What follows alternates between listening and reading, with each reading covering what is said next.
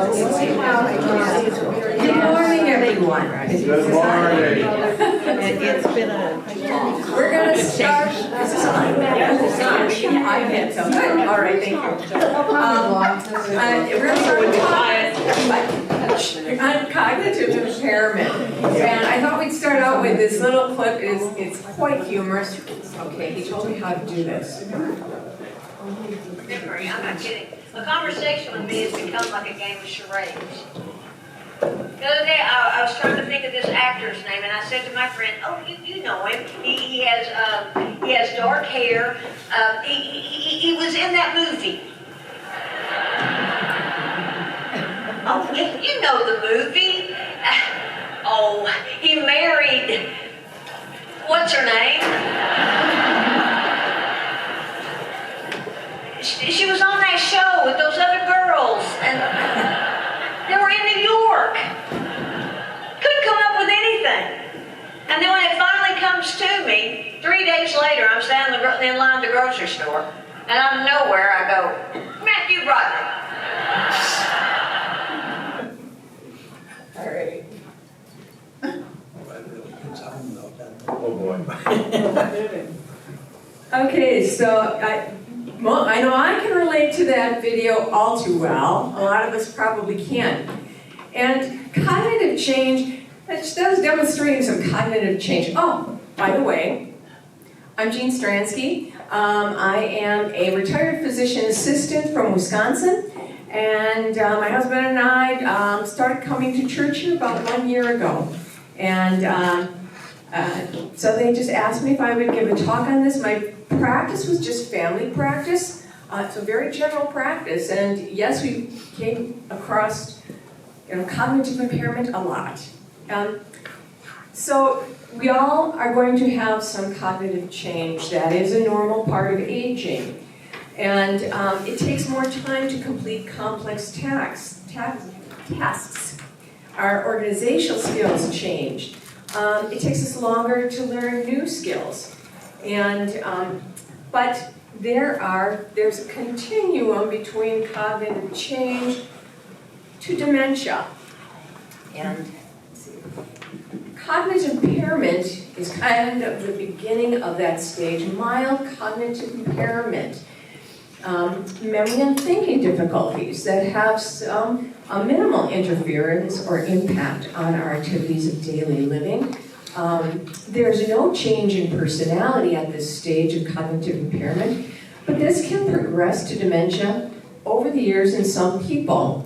Actually, it seems to progress in about 15% of the population that move into mild cognitive impairment. Over the age of 75 to 79, progression to Alzheimer's or another dementia only happens in about 15% of people. Everyone thinks that dementia is going to, personally everyone thinks that it's going to hit me. I'm going to get some type of dementia. When actually, there's been a decline in dementia in people over 70 over the years, from 13% of the population in 2021 to 10% of the population in 2019 rather. And they felt this is due to nutrition, improvement in nutrition, healthcare, lifestyles, and less pollutant exposures. So we're going to talk about dementia then also, which refers to impairment in memory, thinking, reason, and behavior that do affect activities of daily living, that affect your ability to drive, affect your ability to carry on conversations, affect your ability to cook, to dress, to bathe. It's normal to forget things once in a while at any age, but serious memory problems can make it hard to do everyday things such as driving, using the phone, or finding your way home. So, you were always a fantastic cook, but lately, even making coffee seems more difficult, and you wonder who's been messing around with your coffee maker? Because it's certainly not me. It's not my problem. You're great at covering up for yourselves. For example, when someone asks you a question which you don't know the answer to, you turn the question around by saying with a chuckle, "Oh, I'm not sure, what do you think?" So we are good at hiding our mental deficiencies. So different types of dementia. There's the four most common types of dementia. Once it's gone from cognitive impairment to now it is affecting my day-to-day activities. That's dementia.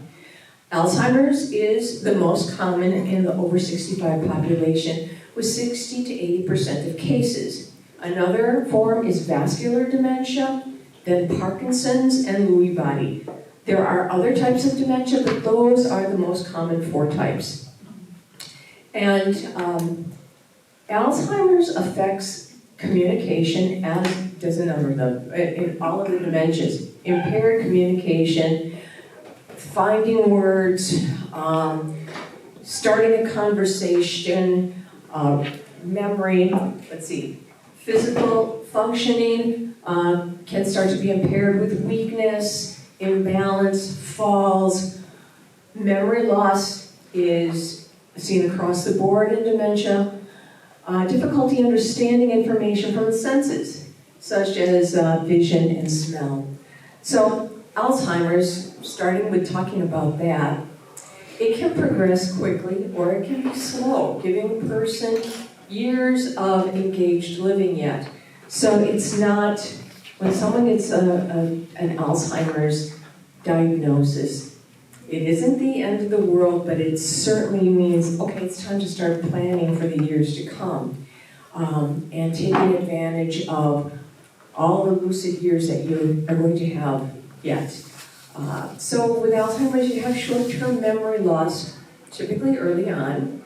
Word finding is difficult, poor judgment, getting lost in known locations, repetition of questions and stories, poor recall of recent events, confusion, and then can go on from there into agitation, aggression, wandering, and loss of communication. It tends to be a gradual decline that families will see along the way. Vascular dementia, it has some similar properties, but it has a more step-like decline. It can seem more abrupt. But my mom's functioning here, and then suddenly, she really dropped, and then again. So vascular dementia can be like that. And vascular dementia, the confusion can be more in terms of, I don't know where I put my keys, I should have put them on the hook, I don't, versus Alzheimer's, Mom put her keys in the freezer. It's very much a difference in confusion that way. So vascular dementia comes about, can be the result of a history of strokes, a history of TIAs, transient ischemic attacks, and it can be related to high cholesterol.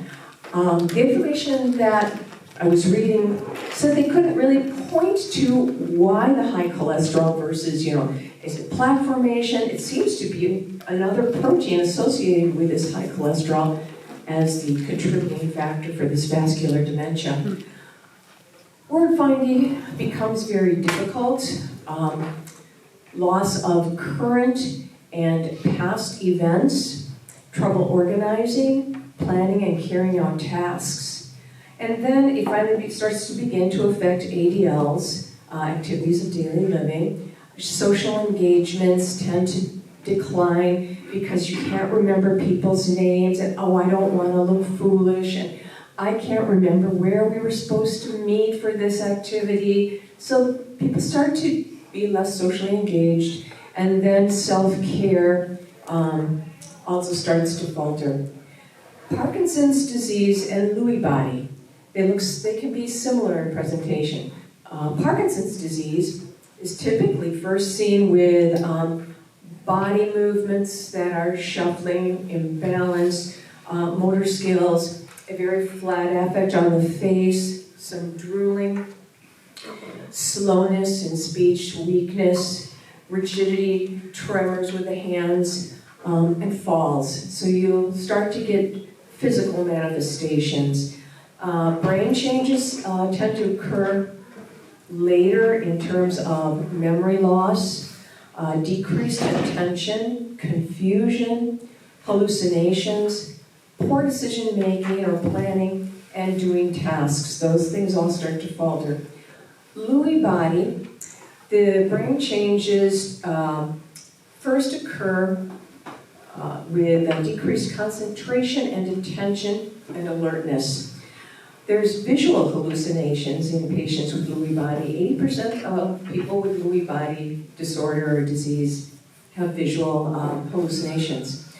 Then the typical physical changes occur as a weak voice, loss of coordination, and tiny, tiny handwriting. For some doctors, that's almost diagnostic. They'll have them write something down, and they'll look at it, and that could be a Lewy body. So, what kind of testing is done? The testing that is done is for detecting changes early. Testing that's done at your annual medical exam, your Medicare examination, looking for changes. Those aren't tests that are diagnostic and it's this type of dementia or that. It's looking for mild cognitive impairment that can be detected through these exams, where you have to remember 3 things that they say. You have to, be aware of your time, person, place. Sometimes they have you count numbers backwards. What else do they do? Draw a clock. Draw a clock. Well, yeah, that's definitely draw the clock. And I was going to have a whiteboard in here to show you some clock draw examples of what they're looking for. So in that clock draw test, you've got, they want you to make a circle. Sometimes they'll give you a piece of paper that has a circle already on it, and they're looking for correct placement of numerals, good spacing. Do the numerals look right? Is the hour hand short? Is the minute hand long? In cases of dementia, when those changes start, at first it looks just kind of sloppier, the numbers aren't quite spaced out right, and a progression can be noted to start to see, monitor how this person's Alzheimer's or dementia is progressing, because all of a sudden, they'll put numbers on, 1, 2, 3, 4, 5, 6, 7, 8, 9, 10, 11, 12, and it doesn't quite get all the way around the clock, and the person with dementia, there's something that doesn't look right, but they can't tell you exactly what it is that isn't right. Person with Lewy body will have little teeny tiny numbers, and then the numbers will get squished all over the clock. And so clock changes occur, which is why they have us do it, because that can occur early on. And when our grandkids grow up, I have no idea what's going to happen to the clock. Yeah, because they can't tell time now. Well, another test that they can do is an animal list test. And that is, and you can do this at home on your own.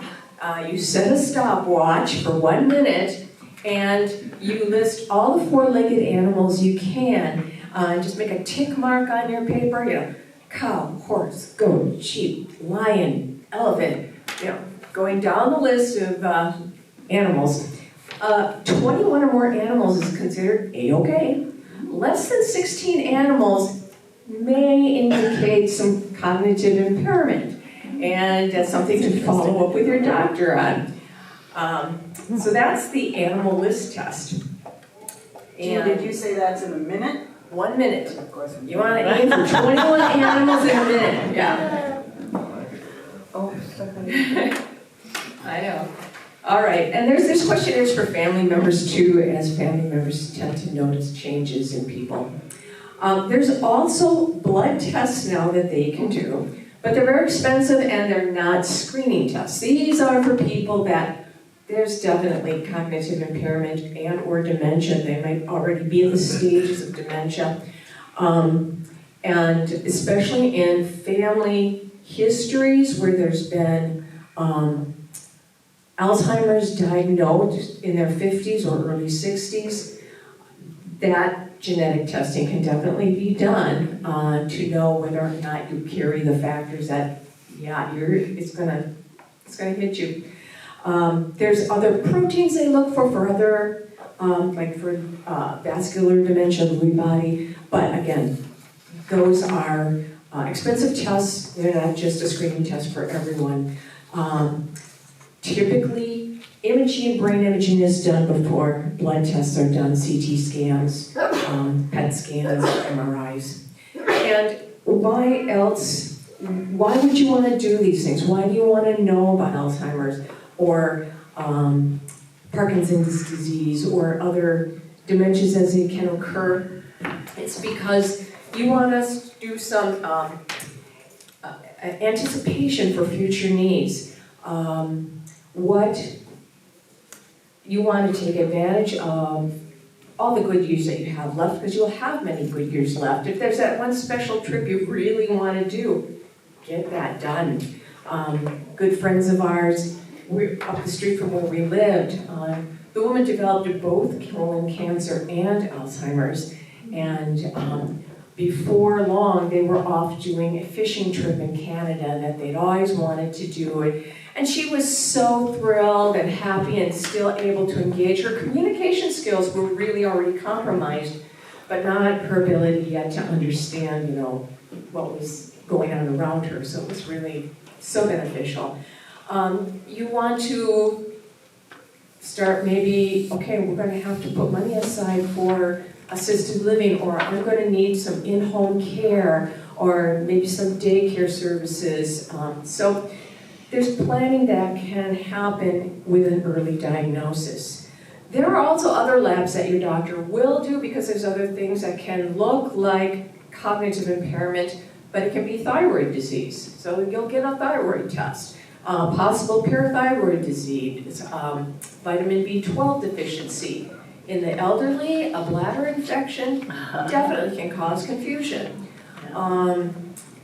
Was there a recent brain injury? Medications. Is there actually a brain tumor? Stress or depression. Life stresses make us confused. Because your brain is handling some other kind of stress. So, the realization that something is wrong often comes gradually to the person and the family. And so some hallmark symptoms are the poor judgment leading to bad decisions, loss of spontaneity or sense of initiative. Yeah, their world starts to get smaller. They don't want to go out and do things. It's more confusing to be out there. Lack of losing track of dates and knowing your current location. Another friend of ours who had developed Alzheimer's, her first indication was not language skills. We all have some memory stuff. But hers was, they were great hikers, great walkers. She would do like a 5-mile walk every evening. And she'd go out and be totally lost. And this is a home that they've lived in for 50 years. And just that sensation, nothing looks familiar. And those kinds of instances can come in waves. It's not like I am always lost. It's you start to do something and it sort of comes in a wave. Like all of a sudden I can't speak right, or all of a sudden I don't know these people, or all of a sudden I don't know where I am. And it can pass.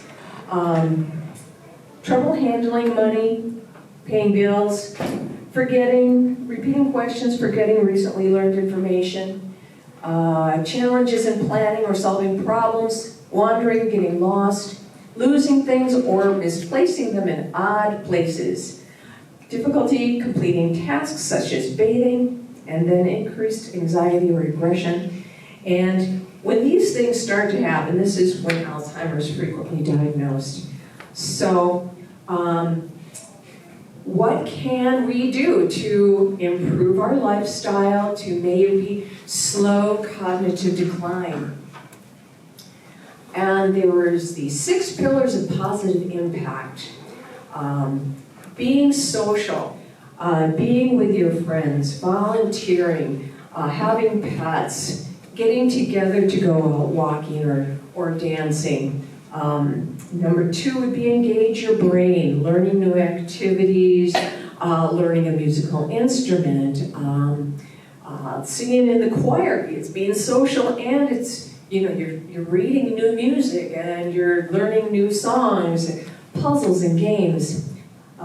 Exercise is hugely important for your whole body and definitely for the brain. Managing stress, restorative sleep, and eating right. So again, these are not prevention, but definitely brain protection and slowing cognitive decline. So one of the diets they really tout is the Mediterranean diet. We've all heard of that. And the DASH diet was developed by cardiologists, I believe, for heart and high blood pressure. Putting the two together, they came up with the MIND diet. And I didn't get into a lot on these particular diets because you can Google recipes for these all over the place. Mediterranean diet's really hard for me, for my husband and I, because that's just not how we eat. But, some people have made that transition, and they have seen that after 4.5 years of close adherence to this diet, there was a 53% reduction rate of Alzheimer's compared to those who did not have close adherence to the diet. However, even working on changing your diet shows a substantial slowing of cognitive decline. So that is a really good thing.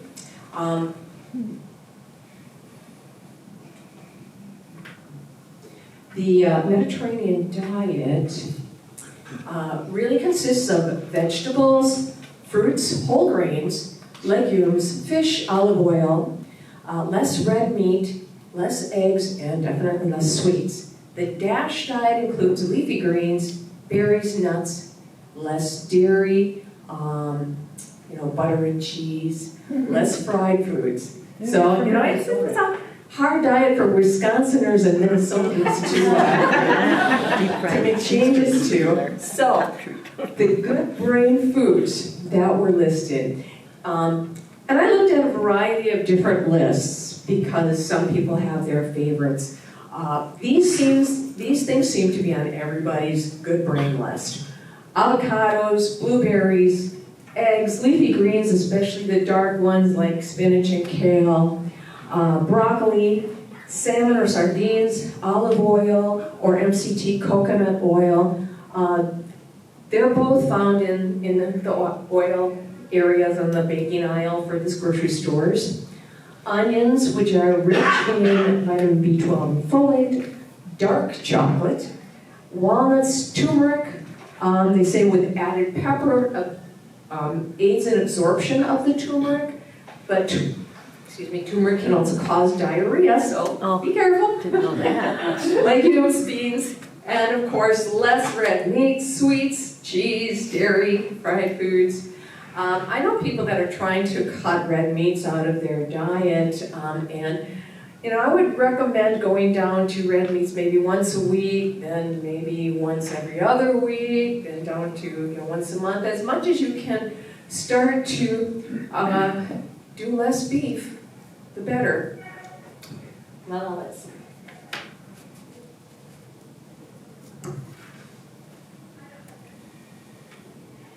Wrong. Okay, and so what can we do about to help people with Alzheimer's and their caretakers? You want to keep the person with Alzheimer's physically and mentally engaged as much as you can. Because they'll typically start doing less and less. And they'll tell you they're fine, they're just staying at home, I'll be good here, you just go do whatever. And yeah, they're going to be fine for a while, but that's not giving them a quality of life, and it's not going to help them slow their progress in their dementia. So choose things that are familiar. If you've got a person that loves going to the zoo, go walk with them at the zoo. If they like going to parks, or like driving through the country and seeing fall colors, or even going to the beach and getting their toes in the water.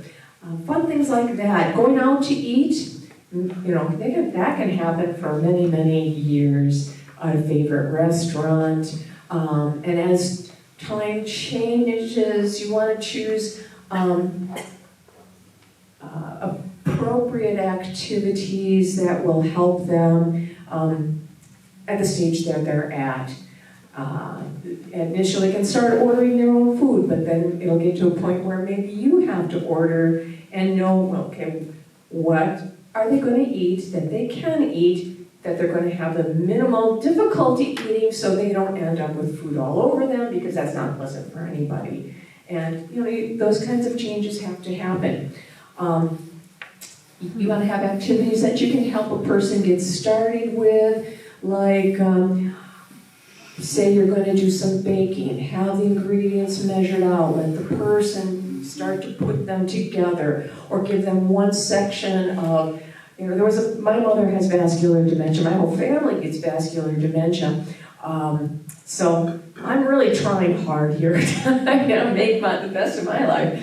But there was a time where your mom used to love to peel apples, and finally got to a point where, Mom, I'm not giving you the knife. So we'll find different duties for you. You want to watch to see that the person's not getting frustrated. Another thing that she liked to do was jigsaw puzzles.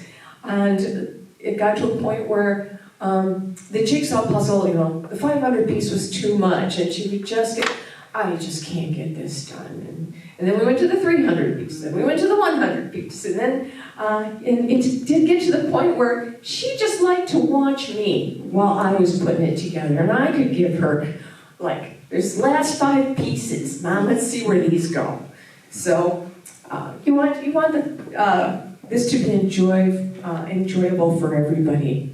And helping out with this, with people that are impaired, can give their caretakers a break and take some burden off of them.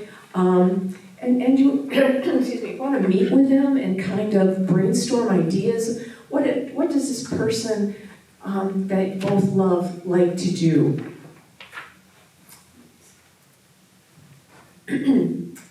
Some of the things that you can think about in brainstorming is, like we talked about cooking, breaking it down to bits.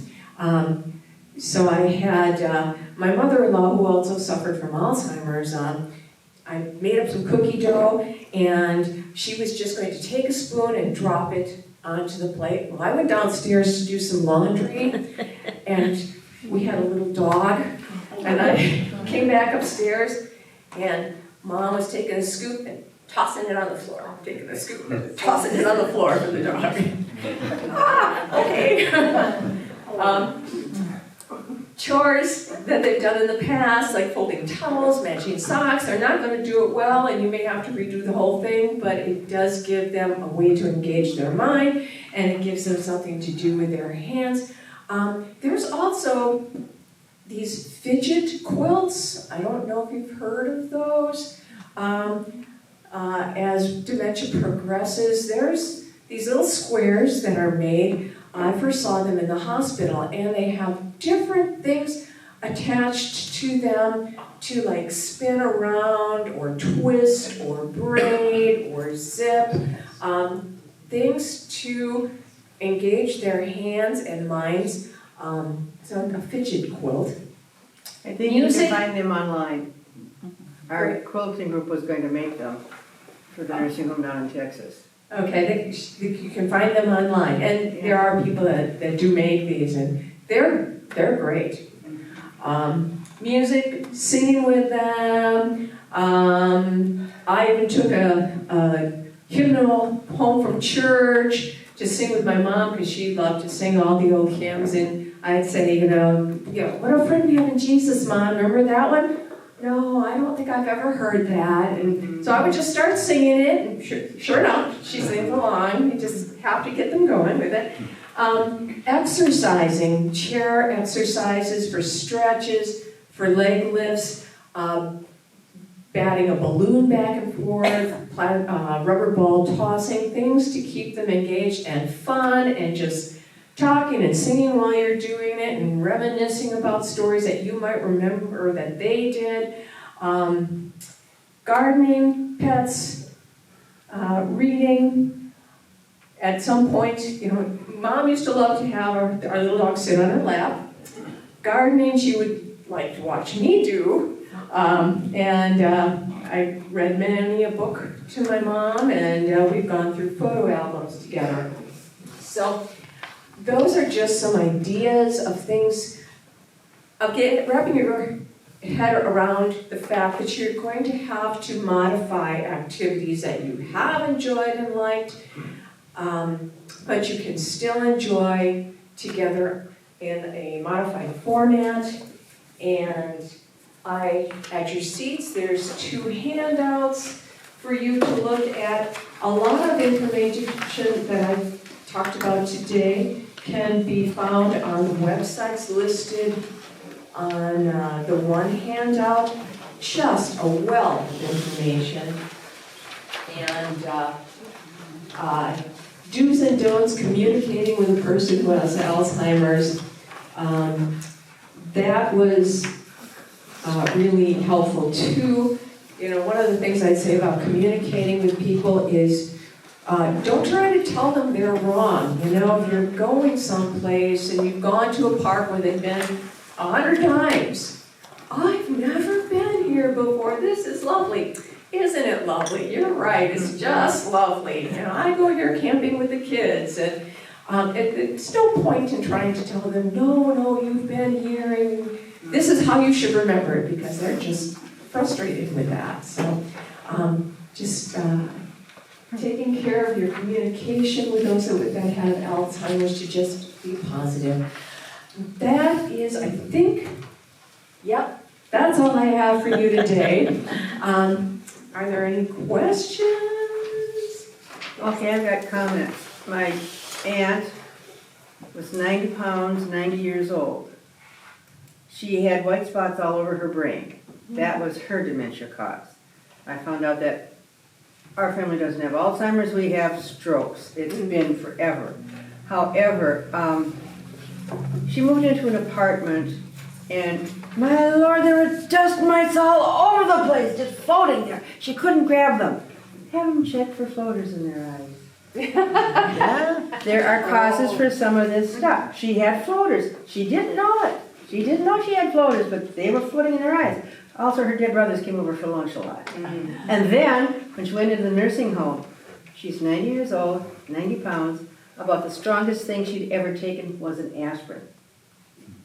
If they want to sedate or medicate your friend, relative, whatever, check it out, because they put her on a full adult male dose of an oil-based antipsychotic. And she was gone for the rest of her life. So we didn't have control over her, anything. We were just, relatives. So if you have, check and make sure what they're doing, why they're doing it, because, medications can help a little bit, but sometimes they don't. She was in a nursing home where they kind of like warehouse the people. Right. I can add to that, because my uncle was 103. Go ahead and use that. My uncle was 103 in a nursing facility, and his daughter did home visits, and she never dreamed that her father would be one yelling in the hallway. Oh, yes. But when they discontinued the antipsychotic, then he did way better. Yeah. So and I had a friend, she had lost a bunch of weight, And the doctor just kept increasing doses and things and never decreased. And she was showing symptoms. And sure enough, when the medication was discontinued or at least doses reduced, because sometimes they don't fine tune it for Yeah, people. And there are PharmDs that will review meds, especially for older people, and to look for interactions and things. No. Yeah. Two things. How common is Lewy body? I've never heard of it until Bruce Willis got it. And the other statement is about the medication. Even when we go, like, have back surgery, an elderly person, and they're in rehab, and they're on some kind of sedation or something, it really affects their ability to manage the instructions for the rehab. And if you take them off of that, the energy itself that's generated by moving around and actually connecting your brain to your body is better. We have a couple ER nurses in our home, it's a senior co-op. Anyhow, they were saying that a lot of times the women that come in super batty have a UTI. Yeah. You have to check, you have to get rid of the medical causes. The other thing is if you're older and undergoing surgery, and you get a boatload of drugs for surgery, say it's a hip replacement or a knee replacement. In the hospital, they can be super confused. And it's a temporary thing as they're weaning off medications and getting back into their familiar place. I can just talk loud too. It seems like many times when people do get confused, everybody automatically jumps to, oh, it's Alzheimer's. Right. It's Alzheimer's. What percentage actually get Alzheimer's versus just stay in some kind of state of lesser dementia? Okay. So cognitive impairment, they were saying like 15% will go on to dementia. And of those dementias, 60 to 80% are going to be Alzheimer's. So it is the most common form of dementia. But a small percent of the population. Right? Yeah, it's not as much as you would think. And I don't know, you'd asked about Lewy body. It's one of the more rare of the common four, but I don't have like numbers for you. Any other questions? I have, my folks died in 2019, and what I find this list of what not to do. My mother didn't really have the cognitive ability to deal with my dad.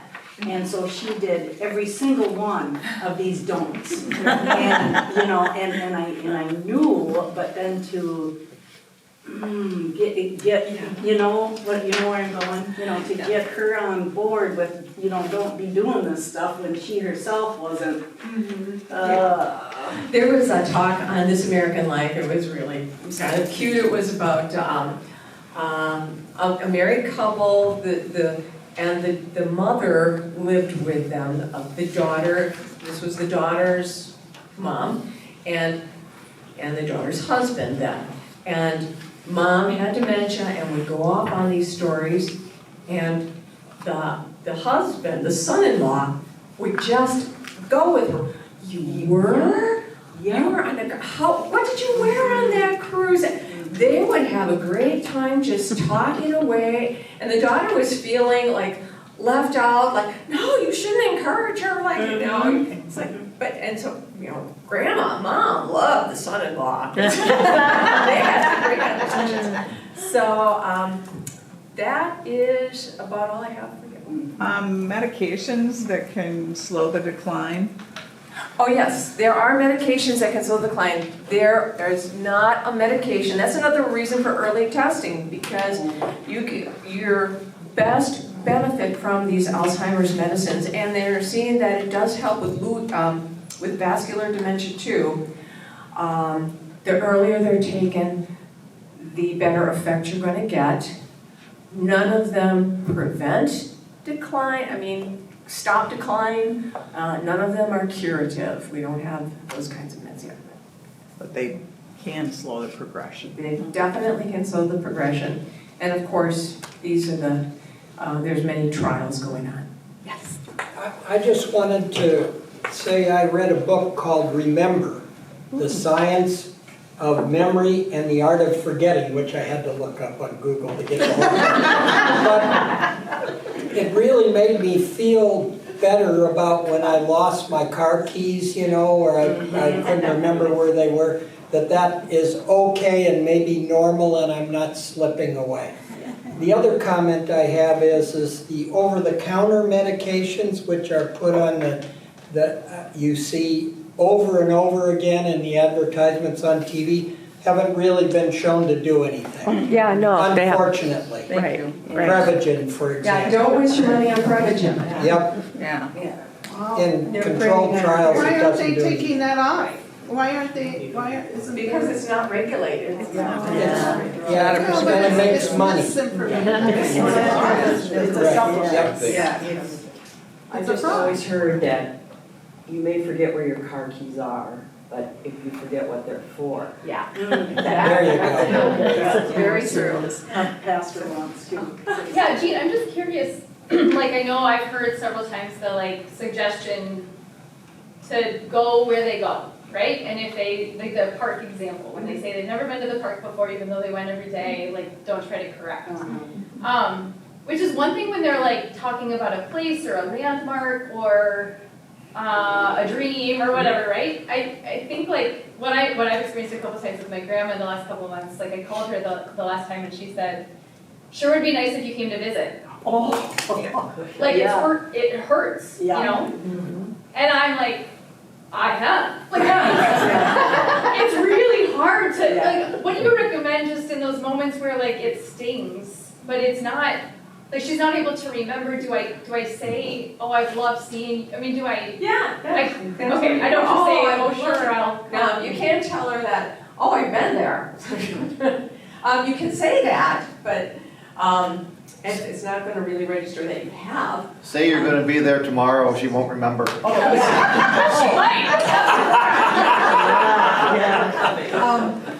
When I was, what was I?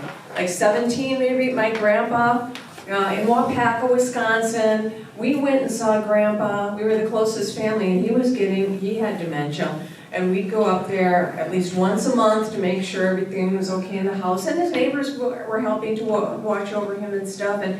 And Mom and I were downtown. I saw Grandpa sitting on one of the bench in the town square thing. And I go down and I sit next to him. Hi, Grandpa, how are you doing? I just love my grandpa. And he gave me a nice little pat on the leg. And I think my daughter's supposed to be coming here. My mom. Do you know her, Dorothy? Grandpa doesn't know me, I was like, oh, I was devastated. I'm like, oh, yeah, great. Yeah, Dorothy's here.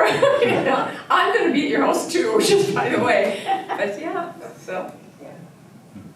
I'm wondering in Pastor Sarah's situation if sharing stories might be helpful. Oh yeah, sharing stories. Things that she liked.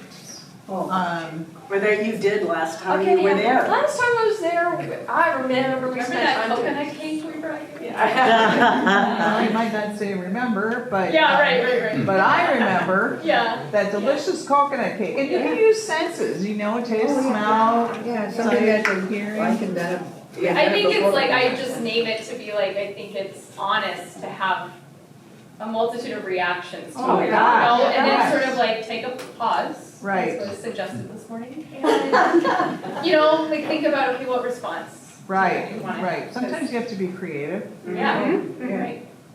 Okay, when we downsized, I did not get rid of all my 78s. Too many. So I just took over the memory thingy over on 160th Street there, gave them a stack of 78s. And then I said, then the next week, Target has a record player on sale because it was music that they grew up with. Yeah, they knew that. And then I was told, by a lady at one of my garage sales. If you have Reader's Digest condensed books, Yeah. guess what? They can read a new book every day, and it's the same book.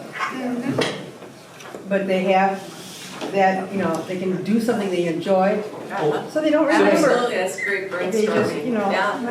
oh, purse. Thank you very much for all coming. Thank you.